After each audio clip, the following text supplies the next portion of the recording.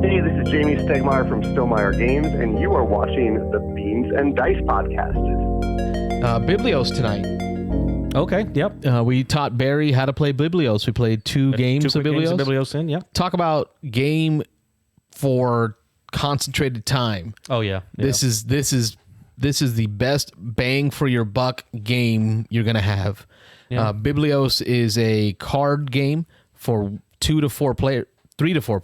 2 to 4. Two. It is 2. 2 to 4 players, where you're playing the role of like a monastery or a monk, where you're trying to build a library, you're trying to transcribe books of library of books of church documents, or right you're playing where you're buying monks, you're hiring monks, you're buying pigment. But you're also working with heretics that can impact the value of stuff, or with the church to improve the value of stuff. So the game is played in 2 phases. In the first phase of the game, we're doing what's called gifting. So at that point, each player takes 1 turn to play out a number of cards equal to the number of players plus 1, where you're going to, in that set, keep a card. You're going to put a card, save it for later for auction, or you're going to put it in the player area where they're going to be given to all the other players, right? Where they get to decide what to pool. The tough part about that decision in depleting that deck and doing that gifting area is you only get to draw 1 card and make a decision with what to do with it, right, before you see the next card. So you have to decide when you draw that first card, am I keeping this? Is this good enough for me to keep? Or am I giving this away to the players? Or am I putting it in the auction stack for later? So then we're going to take turns running around, depleting that deck, giving it all away, taking some, putting some for auction. By the time we're done doing that, half the deck is in the auction stack, half the deck is in the player's hand. And the hope is that you're going to have a number of cards for each of the colors in the game. There's 5 different colors: brown, blue, yellow, red, teal, and red. Red, yep. Your hoping is to get the most power in that color set. So each card has a numerical value. There's a certain number of cards and a number of each of those numbered cards. And whoever at the end of the game has the most power in that color is going to gain the victory points for that color based on what number the die is set to. The D6 on the board is set to. So that was the first phase. Hopefully you got a good set in your hand. Now we go to the auction phase. So that auction deck of cards that you put aside, we begin to bid for. And some of the cards that we got in the gift section include the color set cards that we're trying to get, but they also might include gold. Right. So as we get gold cards, we're going to now in the auction section flip a card. 1 player starts off as the auctioneer, and then we'll begin the bidding with the players to the left, where we will then bid gold to try to get that card. And this is where you start finishing your set. Right. Like you feel like you have enough blue cards. You decide whether you do or you don't. You're either all in or you try to get all out. So right. And then you decide, do I want to bid on that card? And that's where the fun really begins, is trying to figure out who's going for what colors. Right. And then are you competing for that color? Like, do you have a chance to go after it? Right. And you've got some imperfect information depending on the number of players.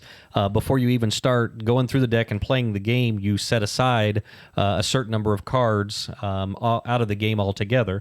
So it definitely, you can't completely card count. You can kind of get an idea.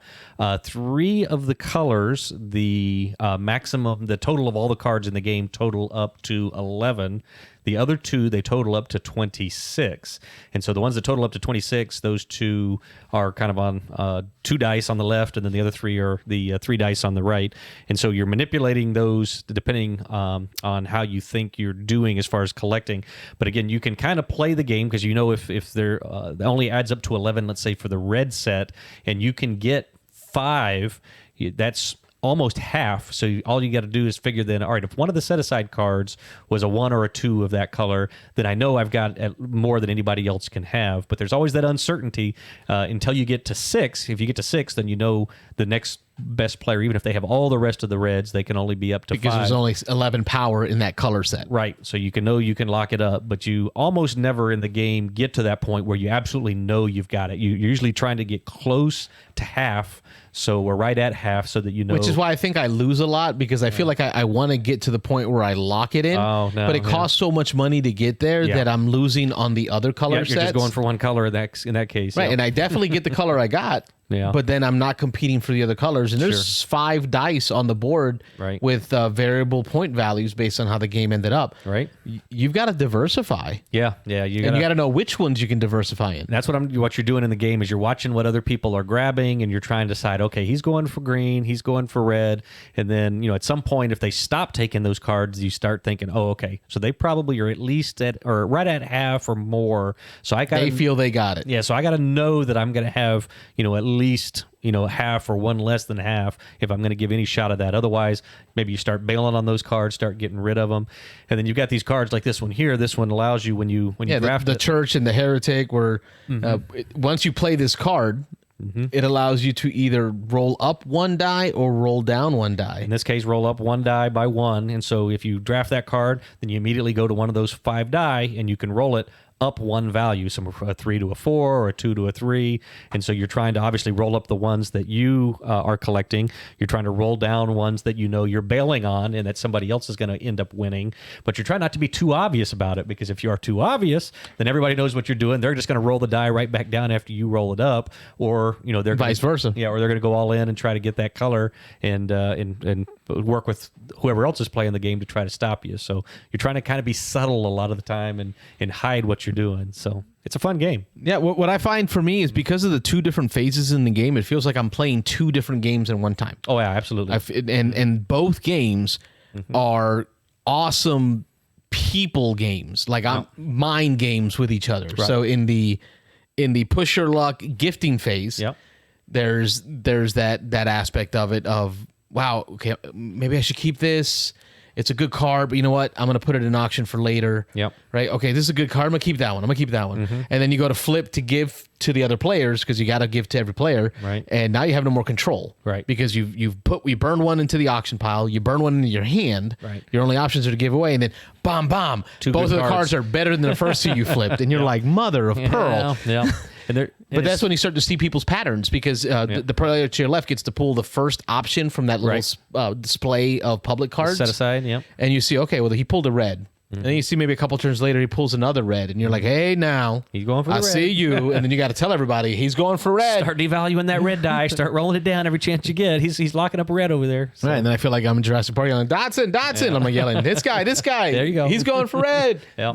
And the decisions are so different in the second half of the game where you're doing the auction. It's just a straight auction game trying to bluff people, and you can bluff in the game. We didn't mention that. So you can actually you got these gold cards, 1, 2s, and 3s, and so then in the auction phase you're just flipping over cards, and then you're going around taking turns bidding. Once you pass, you're out.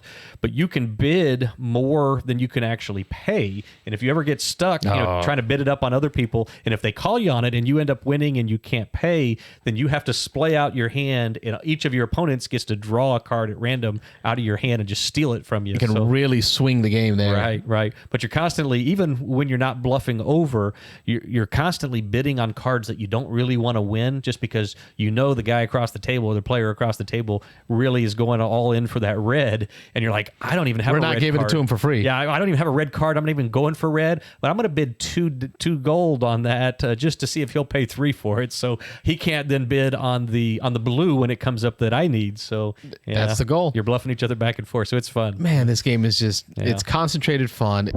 Thanks for watching the Beans and Dice podcast. Don't forget to like and subscribe.